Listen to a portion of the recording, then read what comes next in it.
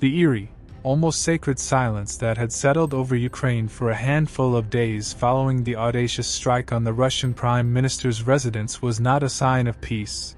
but the drawn-in breath before the scream, a collective, nationwide pause filled with a dread so profound it was almost tactile, a knowing certainty that the Kremlin's retaliation would not be a measured military response but a raw, apocalyptic tantrum of fire and steel aimed not at army positions, but at the very soul of the nation, at its people, its history,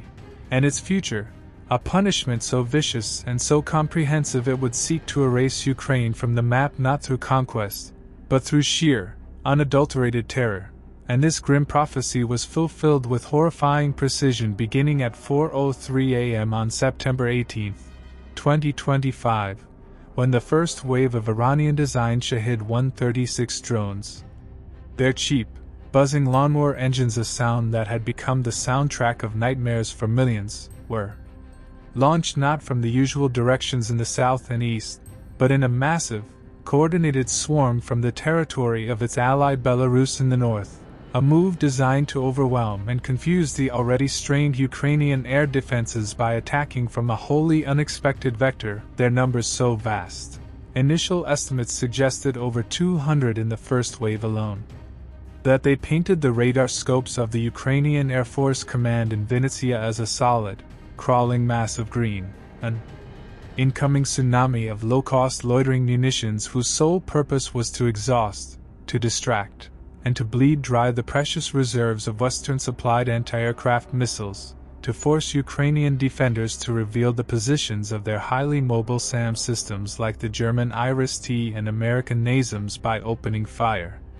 thereby painting a target on their own backs for the far deadlier weapons that were following close behind in the second and third waves of this meticulously planned and utterly ruthless offensive. This second wave, launched minutes later from strategic bombers over the Caspian Sea, from silos in Russian-occupied Crimea, and from mobile launchers hidden in the forests of western Russia, comprised the real hammer blow, a mixed salvo of over 100 advanced cruise and ballistic missiles, including the dreaded Caliber, the hypersonic Kinzhal whose speed and maneuverability made it nearly impossible to intercept, and the older but still deadly Iskander-M, their targets carefully chosen for maximum psychological and strategic impact. The power generation infrastructure that had been painstakingly repaired over the previous summer, with thermal plants in Burstin, Smiv, and Trypillia taking direct hits that plunged entire regions into darkness within minutes. The central railway hub in Lviv, a critical node for the delivery of Western military aid, which was struck by a volley of missiles that turned rail yards into twisted sculptures of molten steel and shattered concrete, severing a vital lifeline to the outside world, and the iconic bridges of Kiev, including the Payton Bridge and the Metro Bridge, symbols of the city's connectivity and resilience, which were targeted in a deliberate attempt to paralyze movement and sow chaos in the capital as millions tried to flee to safety. The third wave, most insidious of all, was a targeted bombardment of Ukraine's cultural and historical landmarks, a blatant effort to annihilate the nation's identity and heritage. The historic Pototsky Palace in Lviv, a UNESCO World Heritage Site, was struck by a missile that reduced its Baroque facade to rubble. The National Academic Drama Theatre in Kharkiv, which had continued to stage performances throughout the war as an act of defiance, was hit by a guided bomb that collapsed its grand auditorium, and the ancient St. Sophia Cathedral in Kiev, a foundation stone of Ukrainian orthodoxy and culture dating back to 1037, was shaken by a nearby impact that shattered its priceless stained glass windows and damaged its famous bell tower, an act of cultural vandalism that sent a clear message that Russia's war was not just against the Ukrainian state, but against the very idea of Ukraine itself. For over 12 hours, the bombardment continued without pause, a relentless, rolling thunder of explosions that stretched from the western city of Uzhhorod to the eastern outskirts of Donetsk, a geographical span that illustrated the terrifying reach of the Russian military and its willingness to expend its entire arsenal in a single, devastating display of punitive violence. A bombardment so intense that the air raid sirens in some cities never stopped wailing, their mournful sound becoming a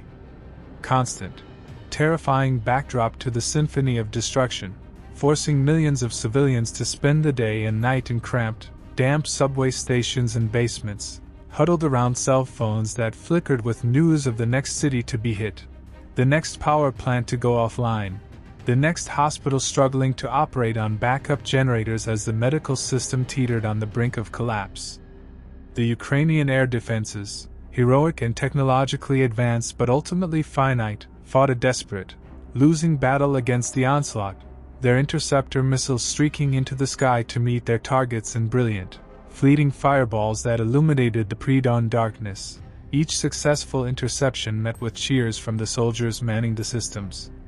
But each launch also depleting a stockpile that was agonizingly slow to be replenished by Western allies, forcing heart-wrenching decisions for commanders who had to choose which incoming missile to engage, and which city to potentially sacrifice in order to protect a critical military asset or power station elsewhere.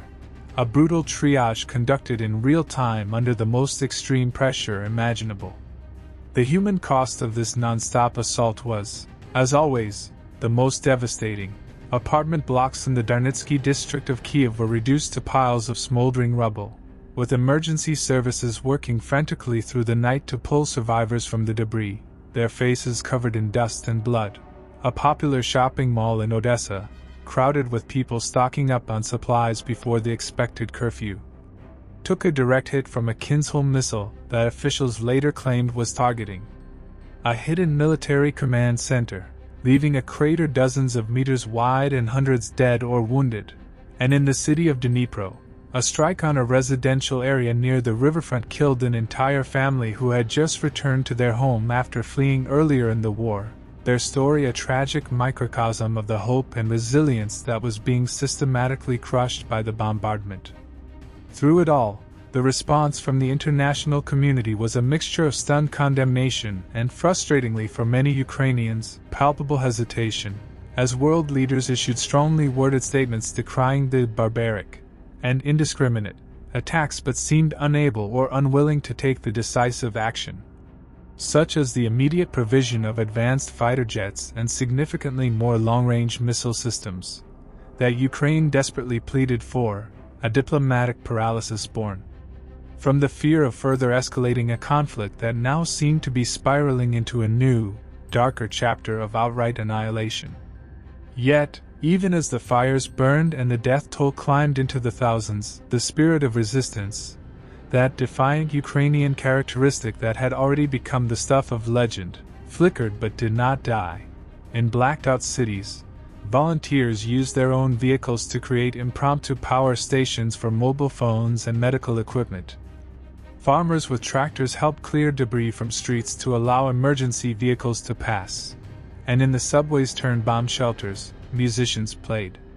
their instruments to calm terrified children, artists drew cartoons on the concrete walls, and community organizers distributed food and water, proving that while Russia could bombard Ukraine's cities with nonstop airstrikes, it could not bomb the unbreakable will of a people who had already decided that their freedom was worth any price, setting the stage for a response that would once again shake the world and redefine the very nature of modern warfare.